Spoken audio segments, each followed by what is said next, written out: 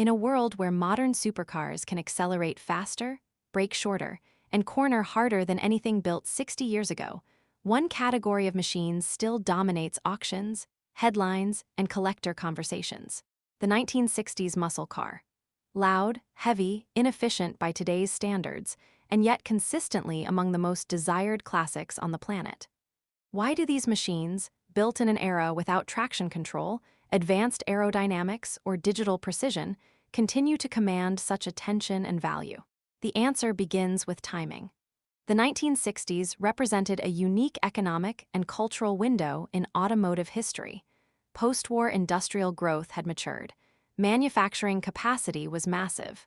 Steel was affordable. Fuel was inexpensive. A young population was reaching driving age. Optimism defined the decade. Automakers were not constrained by the same emissions, safety, and efficiency regulations that would later reshape engineering priorities.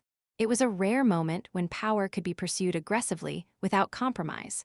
Muscle cars emerged from a simple formula: take a mid-size or compact body, install the largest available V8 engine, keep pricing relatively accessible. The result was explosive straight-line performance available to ordinary buyers.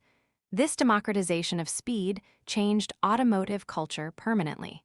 Performance was no longer limited to exotic European brands or elite racing machines. It became attainable.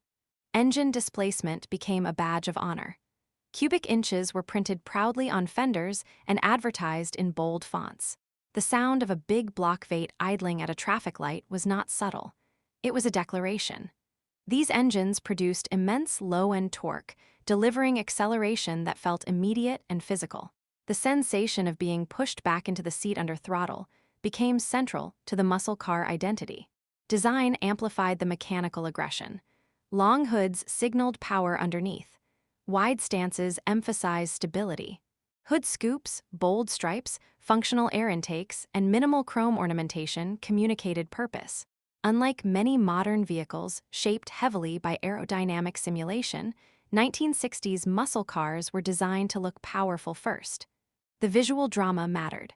Cultural influence accelerated their legend. Drag racing culture expanded rapidly during the decade. Weekend street races, sanctioned track events, and automotive magazines fueled competition between brands. Rivalries were public and intense. Manufacturers released special high-performance variants specifically to dominate quarter-mile times. These competition narratives became permanent parts of the car's identities. Media exposure reinforced desirability. Muscle cars appeared in films, television, and advertising as symbols of rebellion and independence.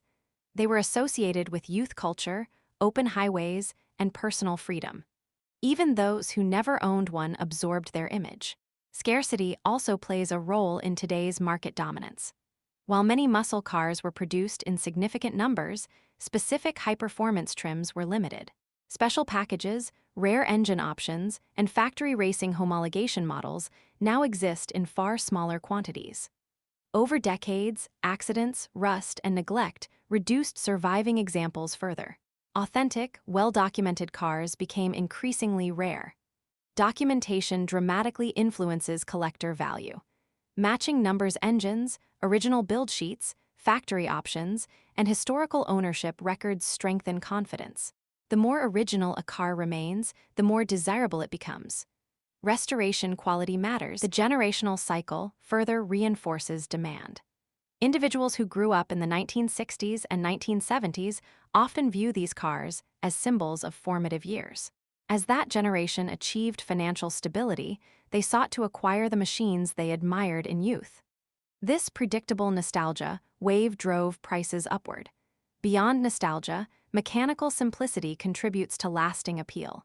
1960s muscle cars are fundamentally analog: carbureted engines, manual gearboxes, hydraulic systems. The driver directly controls throttle response, clutch engagement, and braking force.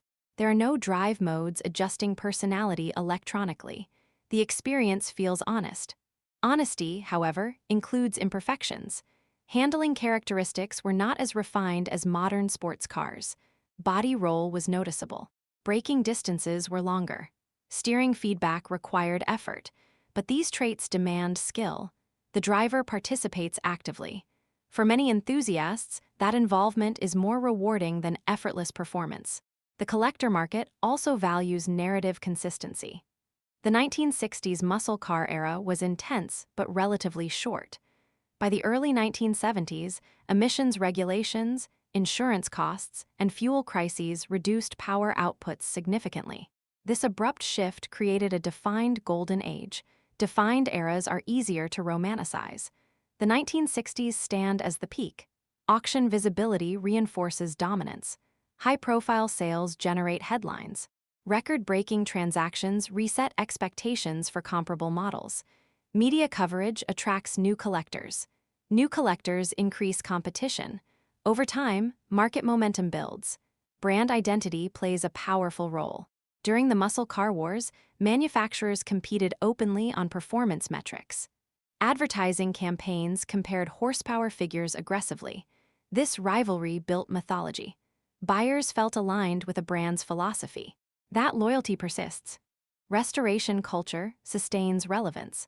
Parts reproduction industries developed around popular muscle cars. Skilled restoration shops specialize in factory-correct rebuilds. Enthusiast communities share knowledge widely.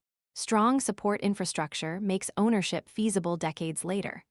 Contrast with modern vehicles strengthens appeal further. Contemporary performance cars often rely on turbocharging, electronic stability systems, dual-clutch transmissions, and advanced driver aids. They are objectively faster and safer, but speed is delivered smoothly. Effortlessly, quietly, the drama is reduced. In a 1960s muscle car, drama is constant. Engine noise fills the cabin. Exhaust resonance vibrates through the chassis. Gear changes require deliberate timing. Acceleration feels raw. There is no digital mediation softening sensation. Investment psychology also contributes. Classic muscle cars are tangible assets. They can be stored, displayed, driven, and showcased. Unlike financial instruments, they provide experiential return alongside potential financial appreciation. This dual benefit attracts collectors. However, not all muscle cars appreciate equally.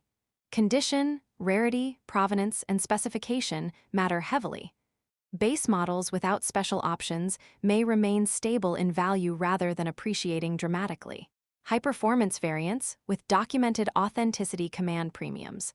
Globalization expanded demand beyond domestic markets. International collectors now compete for American muscle icons. Global exposure increases bidding pools and supports sustained price levels. The emotional element remains central. Muscle cars represent an era when performance was unapologetic. Engineering solutions were mechanical rather than digital. Horsepower numbers were achieved through displacement rather than software optimization. This mechanical purity resonates. As the industry moves toward electrification, contrast sharpens.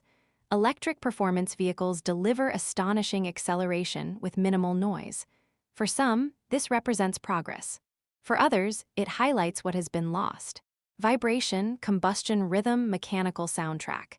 The 1960s muscle car embodies a specific philosophy: bigger engines, bold design, direct engagement, competitive pride. It represents a time when automotive culture centered on physical presence rather than digital capability. Time has filtered the market. Thousands of ordinary vehicles from the era faded into obscurity. The models that combined design, performance, narrative, and survival rose to icon status. That filtration process increases confidence in their long-term desirability. Ultimately, 1960s muscle cars dominate the collector market because they sit at the intersection of mechanical authenticity, cultural symbolism, scarcity, and generational memory. They are not simply old cars. They are preserved expressions of a unique industrial and social moment. In a modern world defined increasingly by software and silent efficiency, the roar of a naturally aspirated V8 from 1968 feels almost defiant. It reminds collectors of a time when power was measured in cubic inches and expressed without restraint.